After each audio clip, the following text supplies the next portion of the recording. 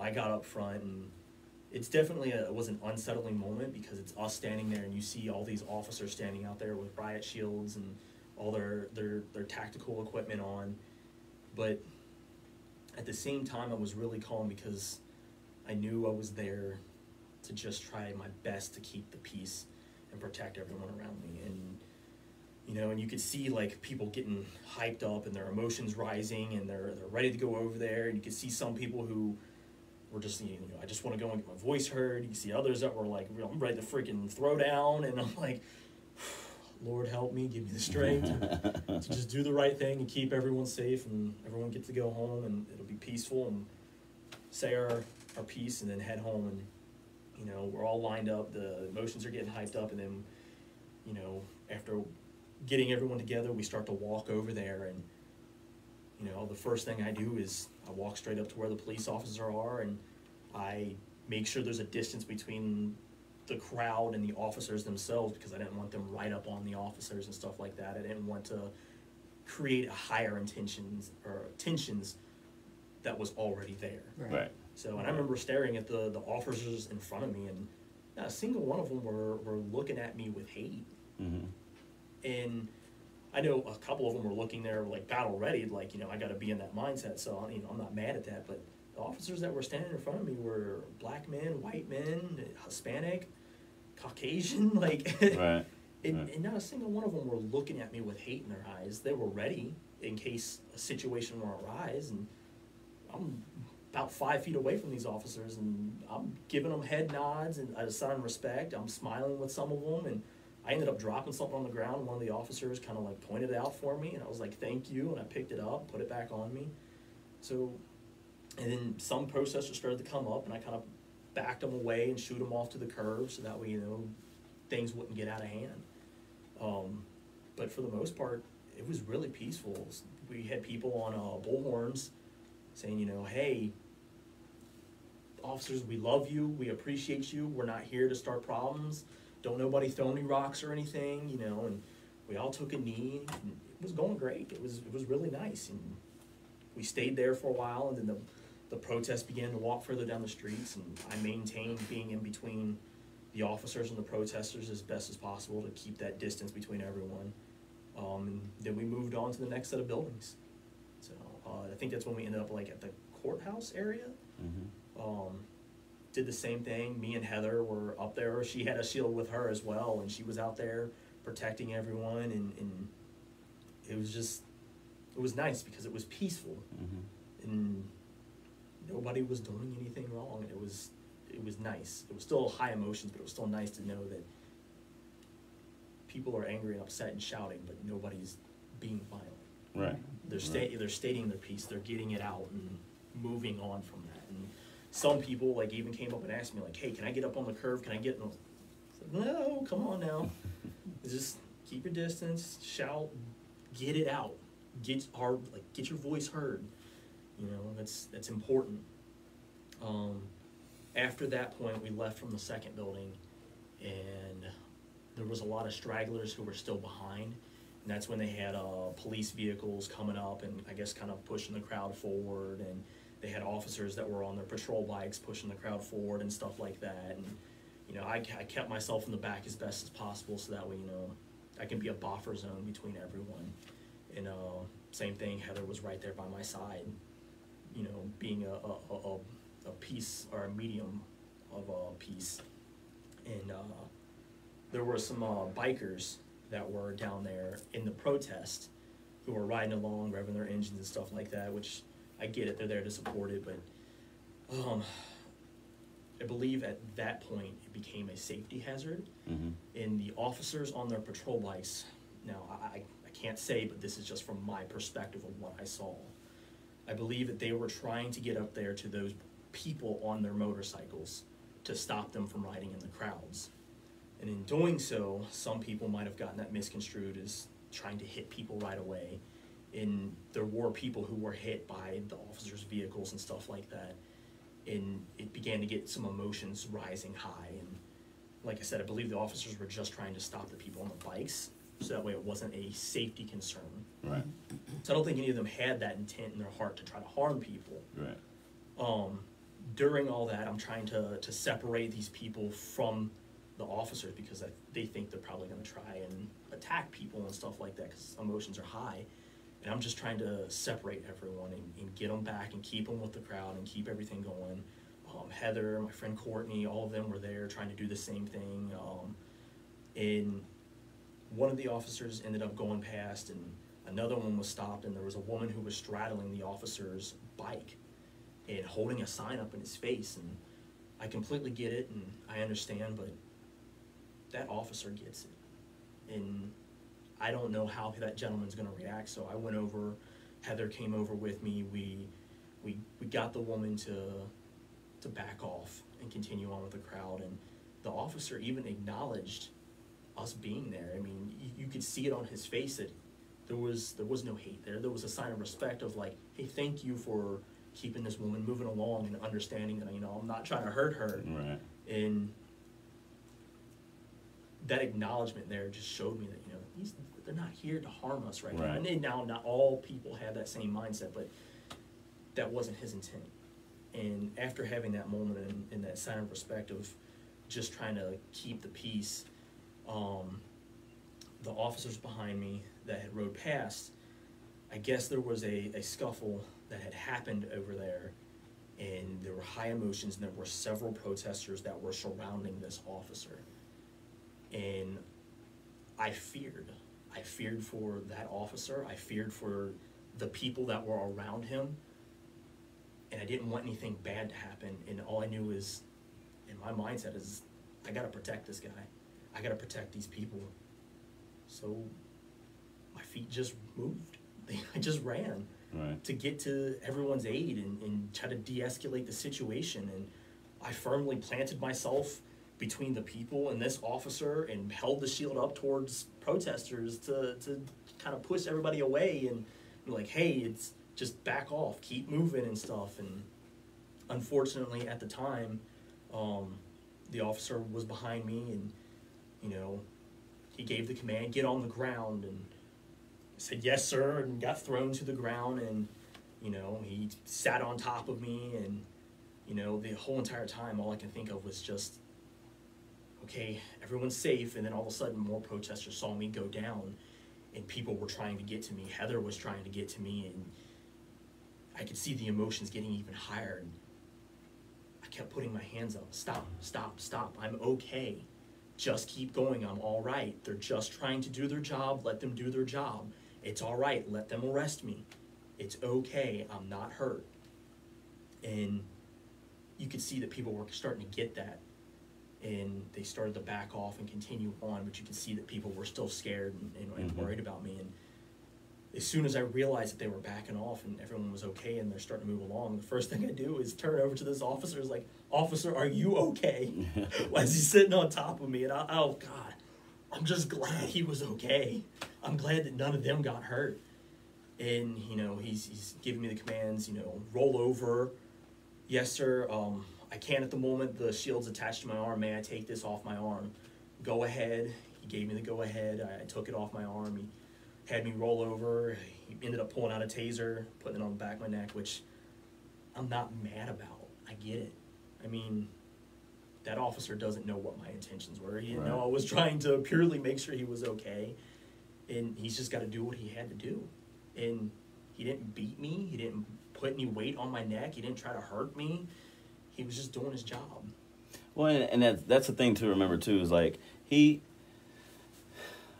anybody who's surrounded by a mob of folks, I mean, fear comes in. You know what I mean? And knowing what one of your brothers in arms has done somewhere else and what that's doing to our country, he had to have been scared. You know what I mean? But that just goes to show that not everybody acts the same, because he didn't put weight on the back of your neck. He wasn't acting, forcefully. He was literally doing his job. Yeah, wholeheartedly. That officer was just doing his job. I don't think he had, at least from my perspective, I don't think that officer had any hate in his heart towards me when he was thrown on the ground. The only thing that he's going through his head is, there's a gentleman in front of me, there's several people around me. All right, the crowd's backing off. This guy here is an interference. Threw me to the ground, and he was just doing his job. And I mean, it sucks. I don't want to be arrested, Right, you know, right. for trying to help someone and protect people and stuff like that. But I wasn't mad at him for doing his job, and he wasn't hurting and trying to be hateful towards it. And I could tell that it was just one of those things where it's just like, all right, I've got this guy. He's not being belligerent and stuff. And afterwards, they had me flip over, they put my hands behind my back, they handcuffed me and stuff, you know, giving me the command, stand up, move, yes sir, understood sir, may I do this before I may take this action, so that way I'm not trying to give them any reason to be unsettled. Right. Because, like I said, they don't know my mindset, they don't know the whole situation, they're just trying to do the best that they can with what they have. The good officers. Right, for sure. So, but they walked me over. They ended up processing me. You know, I asked, you know, what am I being charged with? He said resisting arrest, disorderly conduct, obstructing official business. You know, and they took my gear off. They were really nice. I asked, you know, hey, my mouth is really dry. Can I have a drink of water? They opened up my canteen, let me have a drink. You know, just did what they needed to do to get the information. And, you know, I even told the officer, I asked, you know, because can he come over here? Can I tell him? I was like, hey, are you still okay? Are you all right? And he's like, yeah, I'm fine. You know, okay, good. I'm just glad you're all right. And, you know, I'm just glad you get to go home to your family. I was worried about you. He goes off and does his own thing. Then next thing you know, the vehicle's pulling up to take me off to the jail cells. And that way they can process me and stuff. And before they went, I was still worried about everybody in the situation that was there. And I wanted to let them know that they are loved and appreciated. And so I asked them, I was like, hey, before you guys send me off, can I pray for you? And you could tell they were kind of like, what? Right. They're like, yeah, go ahead. So, you know, I took a knee and I prayed for them, and I could feel all those emotions and worry for them and everyone around me. And the only thing I could just think of was, please God, get everyone home safe. Get these officers home to their families. Please God, help people to understand that they have people they want to get back home to, and that not all officers are bad people. Not all of them do malicious things. Not all of them have hate in their heart. Please, Lord, just protect them and get everybody home safe, because they are people too. They have brothers and sisters. They have friends and family. They have loved ones they want to go home to. And that's all I could say. And I just began crying because I was legitimately worried about them. I wanted them to know that they were loved too. And it was just really high emotions. I can only imagine, dude. That's crazy. That is so crazy to think about. And they so they cuffed you, you prayed for them, they put you in the car and took you to the police station, yeah? Yep. So, did they talk to you on the way at all? Like, were you... Unfortunately, no, I wasn't able to talk to anyone. Boy, was that really cramped. Those vehicles are not designed for tall people. It was a cramped small box that they were basically put in, and they drove me over to the jail cells. Once they got there, like, this big metal door opens up. A few officers will come out. They'll take everyone out of the vehicles, and you'll walk over that way, and you'll head inside, and it's this open, like, area that's, like, surrounded by barbed wire and stuff. You had some people that were processing information. You had us lined up on a wall. Someone there that was maced to heck and back. That poor gentleman. But yeah, there wasn't really any talking on the way over there. Right, I feel that. I know with I've had some experience run-ins with the police. Sometimes they like to chit-chat with you a little bit, but dude, I think it's so cool how you kept your cool in the midst, and especially with all your feelings and emotions and everything that you had to keep in check throughout all of that. It really is a testament to your heart, what your real heart is. I always tell you, I tell people, I'm like, you can tell what people's real emotion is when you make them angry. Right. And so for you to stay calm, and that just showed your true character and things like that, and I really appreciate it. I want to ask you, can we do like a walk and talk interview tomorrow? Yeah. Is that cool? Kind of maybe walk through the scenario and just kind of walk around and you can kind of point out where you were at and what you were doing and how it went down and all that tomorrow. Yeah, I should be able to. Is do that cool? I think that would be just a really enlightening thing to kind of check the emotions and experience a little bit of it. You know what I mean? And just really show people what it's really like. The people that just sit at home and have opinions. Yeah, you know what I mean? We've got about a couple minutes left. Corey Wolfe, I really want to thank you for being here and being willing to tell your story. And more importantly, want to thank you for being true to Christ and true to yourself throughout this craziness. It's people like you that show us how to handle these things. You're allowed to say what you have to say, but you don't have to fall out of your character to do that. And I think that that's literally what you did and what you've shown. And man, we commend you so much. Awesome. I can't. Man, it's crazy. If you want to take a minute and spin that wheel, let's see what this see what the scripture this is real fast. Alright. We got a couple minutes. Yeah, just spin. Just spin it. There you go. There you go. Let's see what we got here.